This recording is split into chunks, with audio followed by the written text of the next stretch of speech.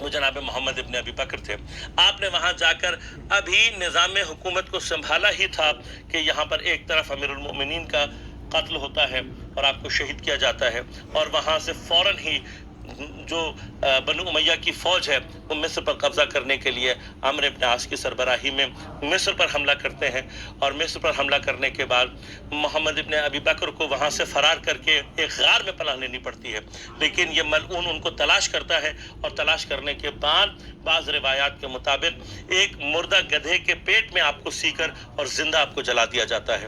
جائیے جا کر تاریخ میں پوچھئے کہ جناب عائشہ کو جب اس بات کی خبر دی گئی تھی کہ آپ کے بھائی کو اس طریقے سے زندہ جلایا گیا ہے، تو کیوں انہوں نے مرتے دم تک جو ہے وہ بھنا ہوا گوشت کھانے سے پرہیز کیا اور انکار کیا؟ اس لیے کہ اس بھائی کی محبت آپ کے دل میں موجود تھی جن کو ان ظالموں نے اس طریقے سے جلایا، زندہ جلایا. ہم سے صحابیوں کی بات کرنے والے، ہم سے صحابیوں کی اولاد کے بارے میں باتیں کرنے والے اپنی تاریخ میں جا کر سوال کریں کہ جناب محمد ابن ابی بکر جیسے انتہائی متقی، پرہیزگار اور جانثار شیعان علی کے ساتھ تاریخ نے کیا کیا ہے. السلام علیکم. جی ناظرین، اس وقت ہم موجود ہیں جناب بکر بن علی کے قبر پہ اور زیارت کے لیے آئے ہیں. آپ دیکھ رہے ہیں کہ یہ روضہ جو ہے بن رہا ہے، تعمیر کا کام بہت تیزی سے جاری ہے. پچھلے کچھ دن پہلے جب ہم 2 سال پہلے آئے تھے تو تعمیرات ہو رہی تھیں، اور اب ماشاءاللہ سے اسٹرکچر پورا کھڑا ہو چکا ہے. اور میں کہوں گا کہ یہ زیارت ایک بہت خاص زیارت ہے، اس کے لیے ضرور آنا چاہیے، کیونکہ یہ مولا علی کے خاص جانثاروں میں سے ایک جانثار ہیں جن کو مولا نے بہت زیادہ پیار دیا اور پرورش کی ان کی بچوں کی طریقے سے. تو یہ ایک زیارت بہت بڑی زیارت ہے. آپ نے دیکھا کہ باہر سے میں نے آپ کو دکھایا کہ کتنا بڑا رقبہ اس زیارت کے لیے لیا گیا ہے، اور یہ کوئی عام زیارت نہیں ہے. آپ دیکھیں کس طریقے سے اس روضے کو بنایا جا رہا ہے. ابھی آنے والے کچھ سالوں میں جب یہ روضہ تیار ہوگا تو کتنی بڑی رقبے پر اس روضے کو بنایا گیا ہے. تو میں اس وقت موجود ہوں حلہ کے مقام بکر بن علی کے قبر مطہر پر، اور ہم زائرین کے ساتھ یہاں موجود ہیں. آپ کو زیارت کروا رہے ہیں کہ یہ مقام جو ہے بکر بن علی، جو کہ مولا علی جن کو اپنا بیٹا کہا کرتے تھے، اور وہی واقعی میں انہوں نے اپنا بیٹا ہونے کا حق ادا کیا، نہ کہ صرف ہر جنگ میں وہ پیش رہتے تھے. ابھی آپ سن رہے تھے کہ جنگ صفین، جنگ نہروان، جنگ جمل، ان تمام جنگوں میں مولا علی نے ان کو بھیجا، اور انہوں نے بخوبی جنگوں کو اس پہ تلوار زنی کی، اور بے انتہا مولا کے جانثار اور بہت ہی چاہنے والے تھے. اور جبکہ بنی امیہ کا بہت زیادہ زور تھا ان دنوں میں، انہوں نے کس طریقے سے ان کو شہید کیا. ایک طرح سے میں شہید ہی کہوں گا کہ ان کو بتایا، کتابوں میں لکھا ہے کہ زندہ انہیں جلایا گیا، کہ گدھے کی کھال میں ان کو سی کر اور انہیں زندہ جلایا گیا. تاریخ میں یہ بھی لکھا ہے کہ جناب عائشہ، جو کہ یہ کہا جاتا ہے کہ ان کے بھائی تھے، کیونکہ یہ جناب بکر بن علی، ان کو حضرت ابو بکر کا بیٹا بھی کہا جاتا ہے کہ ان کے بیٹے تھے، تو حضرت عائشہ کے بھائی تھے. جب انہیں یہ خبر ملی کہ ان کو زندہ جلایا گیا ہے اس طرح کھال میں سی کر، تو انہوں نے بھنا ہوا گوشت کھانا ترک کر دیا تھا اپنے آخری ایام میں. تو ہم اس وقت موجود ہیں جناب بکر بن علی کے روضے پر، اور آپ کو میں زیارت کرا رہا ہوں. اور آپ قائم ٹی وی کے تمام ناظرین کو بتانا چاہتا ہوں کہ یہ زیارتیں بہت خاص زیارتیں ہیں. بہت کم جو ہیں ان زیارتوں کی طرف توجہ ہوتے ہیں، اور حلہ کی یہ خاص زیارتوں میں سے ایک زیارت ہے جو میں اپنے زائرین کو ہمیشہ کراتا ہوں. ابھی ہم یہاں سے شریفہ بنت حسن کے مزار پر جائیں گے، وہاں پر ہم 2 رکعت نماز ادا کریں گے، اور اپنے زائرین کو لے جا کے وہاں زیارت کریں گے. وہ بھی ایک بہت خاص زیارت، وہاں پر بھی ہر مانگنے والے کی ہر دعا پوری ہوتی ہے. یہ ایک بہترین زیارتیں ہیں، اور میں دعا کرتا ہوں پروردگار عالم سے کہ ہم کو بار بار یہ زیارتیں نصیب ہوں اور ہم ہر سال ہر مہینے ان زیارتوں کو کر سکیں. دیکھتے رہیے قائم ٹی وی. میں ہوں خاور رضا نقوی, مقام بکر بن علی.